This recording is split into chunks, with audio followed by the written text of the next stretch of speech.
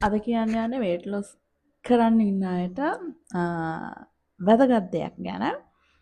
අද ඇවිල්ලා මගේ 8 වෙනි දවස. ඉතින් මම 8 වෙනි දවස් මොනවද කරේ කියලා ඔයාට මේ වීඩියෝ එකත් එක්ක ලින්ක් කරලා තියන්නම්. ඒත් එක්කම කියන්න ඕනි ඔයාට weight loss කරනකොට ආසාවෙන් කරන්න පුළුවන් විදිහේ ට්‍රික්ස් ටිකක් අද මම කියනවා. ඉතින් ඔයාලත් මේ වගේ ඔයාලට ලේසි මොකක් හරි එකක් අරගෙන කරලා බලන්න. මගේ ට්‍රික් එක මම ඔයාට වෙන වීඩියෝ එකකින් අරගෙන එන්නම්.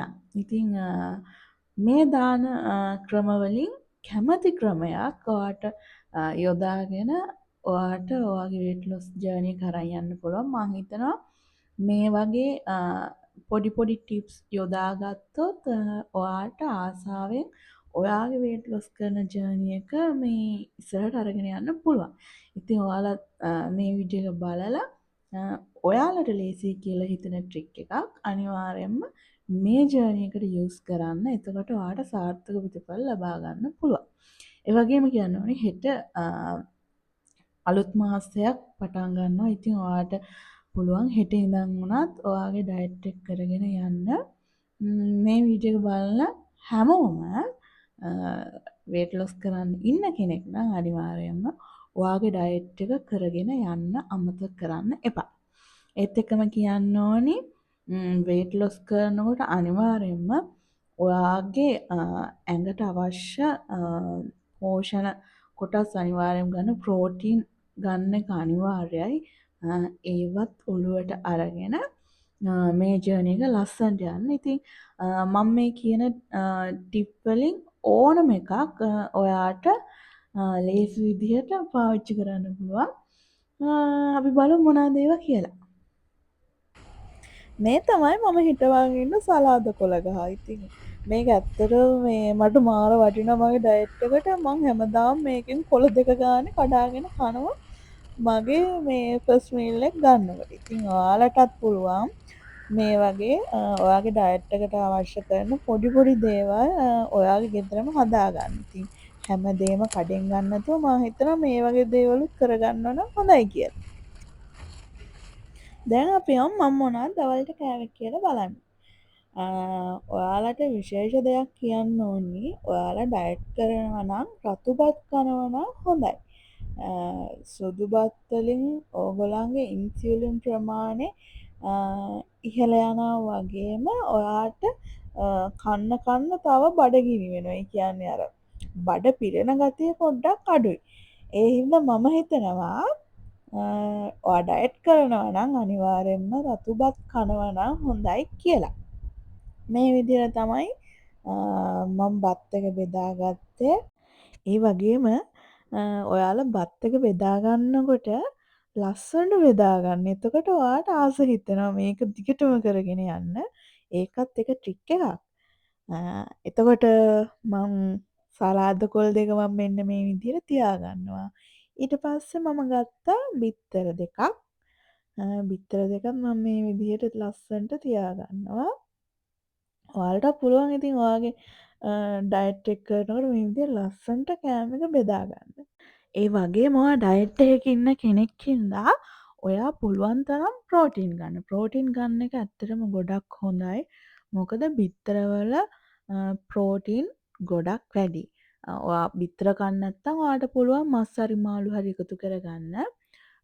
මම කියන්නේ ගොඩක් වෙලාට බිත්තර කන එක හොඳයි. මොකද බිත්තර වලින් අපේ බඩ පිරෙන ප්‍රමාණය පොඩ්ඩක් වැඩි. ඊට පස්සේ මම බිත්තර දෙකක් එකතු කරගෙන තියෙනවා. ඊට පස්සේ මම එකතු කරගන්නවා ගෝවා. ඔයාලා එළවලු කනකොට එළවලු පොඩ්ඩක් වැඩිපුර දාගන්න. මොකද අපි බත් කන ප්‍රමාණය අඩුයිනේ. එහෙනම් එළවලු පොඩ්ඩක් වැඩි කරන්න. ඊට පස්සේ මම එකතු කරගන්නවා බැදුමක්. මේක තමයි අද මගේ මීල් එක. මම විශේෂයෙන්ම කියන්නේ ඔයාගේ දැන් පාස්ටින් ඉඳලා නවා කන්නේ. ඒ කනකොට ඔයා කන කෑම එක ලස්සනට බෙදා ගන්න. මොකද ඔයාගේ බඩ පිරෙනවටත් වඩා ඔයාගේ හිත පිරෙන විදිහට තමයි ඔයාගේ කෑම එක ඔයා බෙදා ගන්න ඕනේ. මම හිතනවා ඒක ඇත්තටම ගොඩක් හොඳයි කියලා. අපි දැන් ට්‍රික්ස් වලට මොනාද වේට් ලොස් කරද්දි අපි කරන්න ඕනි ට්‍රික්ස් කියලා බලන්න. ඔයාට පුළුවන් ඔයාගේ වේට් ලොස් කරන ජර්නි එක මෙන්න මේ විදිහට නෝටිස් බෝඩ්ඩයක් විදිහට හදාගන්න. ඒකත් ඇත්තටම ගොඩක් හොඳයි.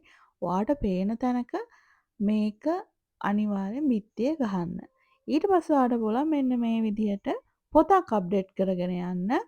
ඒකත් ඇත්තටම ගොඩක් හොඳයි. එහෙමත් නැත්නම් ඔයාට පුළුවන් හාෆ් ෂීට් කොල්දයක් අරන් මෙන්න මේ විදිහට ඩේට් ටික දාගෙන චාට් එකක් ඇඳලා කරගෙන යන්නත් ඔයාට පුළුවන්. ඊට පස්සේ ඔයාට පුළුවන් මෙන්න මේ විදිහට මාසෙන් මාස චාට් කරලා ඔයාගේ වේට් ලොස් ජර්නි එක කැටගරි කරලා අරගෙන යන්න. මං හිතනවා මේවා ඇත්තටම ගොඩක් හොඳයි. හොඳ මොටිවේෂන් එකක් කියලා. ඒ වගේම තව පුළුවන් මේ විදිහේ නෝටිස් බෝඩ් එකක් හදාගෙන ඔයා එදා එදා දවසේ කරන ඩයට් ප්ලෑන් එකේ විස්තර මේ විදිහට එදා දවස ඇතුළත අප්ඩේට් කරන්න පුළුවන්. මා හිතනවා මේ දේවල් වලින් ඔයාට හොඳ මොටිවේෂන් එකක් හම්බ වෙනවා කියලා. ඉතින් ඔයා try කරලා බලන්න මේ එකක් හරි කොහොමද කරන්න කියලා. මෙහෙම දෙයක් කරන් යද්දි ඇත්තටම ඔයාලට ආසාවක් හිතෙනවා ඔයාගේ ජර්නි එක ඉක්මනට අවසන් කරන්න සහ ඒක හරියටම කරන්න ඕනි කියලා ඒ මයින්ඩ්සෙට් එක අනිවාර්යෙන් ඔයාගේ ඔළුවට එනවා. ඒ හින්දා අනිවාර්යෙන් මේ වගේ ට්‍රික්ස් පාවිච්චි කරන්න ඔයාගේ ජර්නි එකට. ඒ වගේම මෙන්න මේකත් ඇත්තටම ගොඩක් හොඳ ක්‍රමයක්. ඔයාට හැම තිස්සෙම පේන තැනක මෙන්න මේ විදිහට දවස් 75 පේපර් නෝට් වල ලියලා බිත්තිය අලව ගන්නවා නම් මං හිතනවා ඇත්තටම ගොඩක් හොඳයි කියලා. එතකොට ඔයා දන්නවා ඔයා කොච්චර දවසක් ඔයාට තව ඉතුරු වෙලා තියෙනවද? ඔයාගේ ටාගට් එකට කොහොමද ඔයා යන්න ඕනි? තව මෙච්චර දවසක් මට ටාගට් එක කම්ප්ලීට් කරන්න තියෙනවා කියලා ඔයා දන්නවා. ඒ හින්දා මම හිතන්නේ මේ වගේ ට්‍රික් එකක් යොදා ගන්නවා නම් ඇත්තටම ගොඩක් හොඳයි. ඔයා වේට් ලොස් කරන කෙනෙක් විදිහට. මොකද මේක ඔයාට හොඳ මොටිවේෂන් එකක්.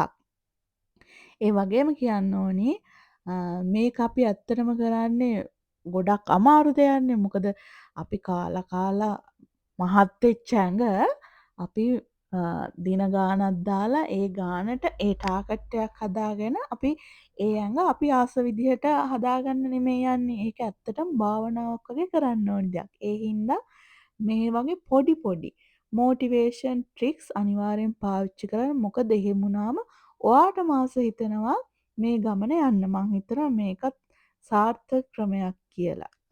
ඒ වගේම ඊළඟ වීඩියෝ එකකින් මම පාවිච්චි කරන ට්‍රික් එක මං ඔයාලට අරගෙන එන්නම්. එහෙනම් ඊළඟ දවසේ මගේ ට්‍රික් එක කොහොමද කියලා මං ඔයාලට අරගෙන එන්නම්.